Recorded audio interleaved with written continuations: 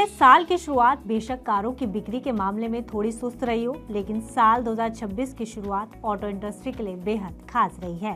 कारों की बिक्री में तेजी का ये सिलसिला पिछले साल सितंबर से शुरू हुआ, जब जीएसटी 2.0 के बाद कारों पर जीएसटी दरों को भारी अंतर से घटाया गया था।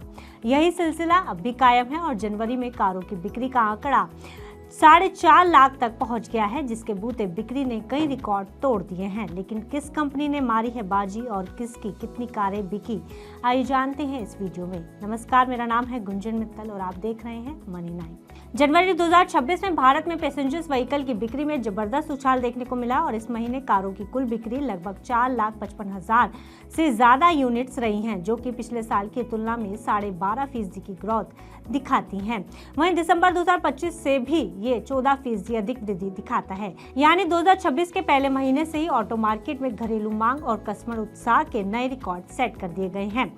जानकार मान रहे हैं कि ऑटो इंडस्ट्री में ये जो ग्रोथ हम देख रहे हैं, उसके पीछे सरकार की जीएसटी कटौती का बड़ा हाथ है, क्योंकि टैक्स कम होने से कारों की कीमतें कम हुई हैं, जिससे ग्राहक ज्यादा कारें खरीदने के लिए तैयार हुए हैं।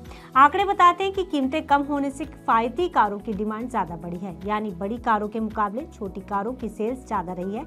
वहीं एसयूवी और एमपीवी के लिए भी ग्राहक आता हुआ दिखाई दिया है। कुल मिलाकर जीएसटी कट ने मार्केट में नई जान डालने का काम किया है, जिसकी वजह से लगातार 4 महीने से कारों की बिक्री फुल स्पीड में है। लाखों लोगों के चेहरे तब खिल गए थे जब 22 सितंबर को कारों की कीमतों में जीएसटी रेट कट का फायदा साफ दिखाई दिया था। छोटी कारें इस रेट कट के बाद से 1 से 1.5 लाख रुपए तक सस्ती हो गई हैं। यही वजह रही है कि पूरे साल सुस्ती की मार झेल रहा ऑटो सेक्टर एक बार फिर से पटरी पर आता हुआ दिखाई दिया।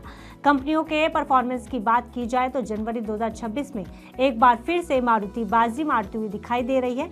भारत की सबसे बड़ी कार मेकर मारुति सुजुकी की सेल्स में भले ही घरेलू बाजार में मामूली बढ़त दिखाई दी। मारुति सुजुकी की सेल जहां जनवरी 2025 में 1,73,599 यूनिट्स थी, वहीं 2026 जनवरी में 1,74,529 यूनिट्स रही, यानी सिर्फ 0.5% की मामूली बढ़त। लेकिन अगर कुल सेलिंग की बात की जाए, जिसमें domestic plus exports plus OEM के आंकड़ों पर नजर डालें, तो वो 2,36,963 यूनिट्स तक पहुंच गई हैं, जो कंपनी का अब तक का सबसे बड़ा जनवरी महीने का सेल रिकॉर्ड है।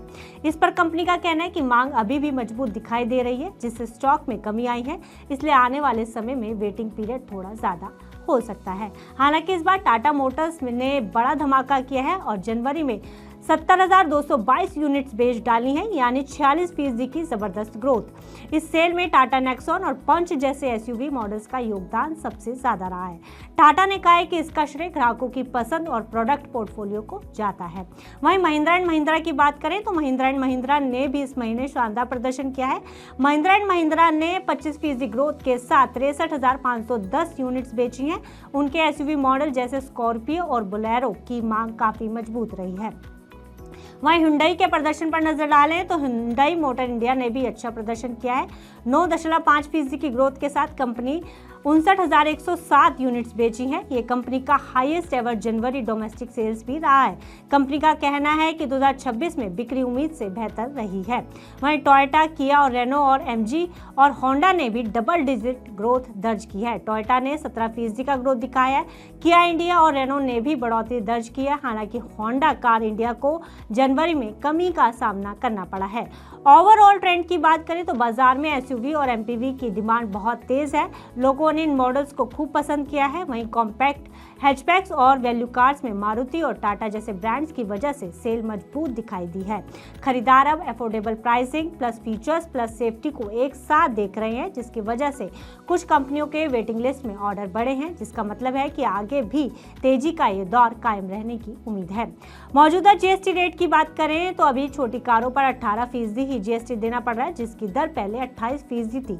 वहीं मिड साइज और बड़ी कारों पर जीएसटी दर 40% कर दी गई है, जो पहले 45 से 48% थी। हालांकि इलेक्ट्रिक व्हीकल्स पर पहले की तरह 5% जीएसटी दर रखी गई है और ये आंकड़े दिखाते हैं कि 2026 में इंडिया का ऑटो सेक्टर और भी बेहतर प्रदर्शन कर सकता है, क्योंकि एक्सपर्ट्स भी मानकर चल रहे हैं कि 2026 और 27 में कारों की बिक्री और स्टेबल रहने की उम्मीद है और ग्राहक एसयूवी और और ग्राहक SUV, affordable electric plus hybrid विकल्पों पर ज्यादा ध्यान देंगे और कंपनियां भी नई टेक्नोलॉजी और नए मॉडल्स बाजार में लाने पर जोर दिखाएंगी।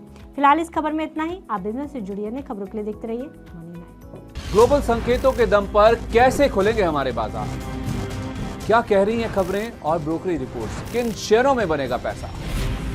बाजार खुलने के बाद क्या खरीदें? किन शेयरों को करें पोर्टफोलियो से बाहर? कैसा रहा बाजार का दिन भर का कारोबार? कैसे तैयार करें कल के बाजार की स्ट्रैटेजी? इन सब सवालों के जवाब जानिए मेरे साथ ओपनिंग बज और क्लोजिंग बज में इन वक्त पर सिर्फ मनी 9।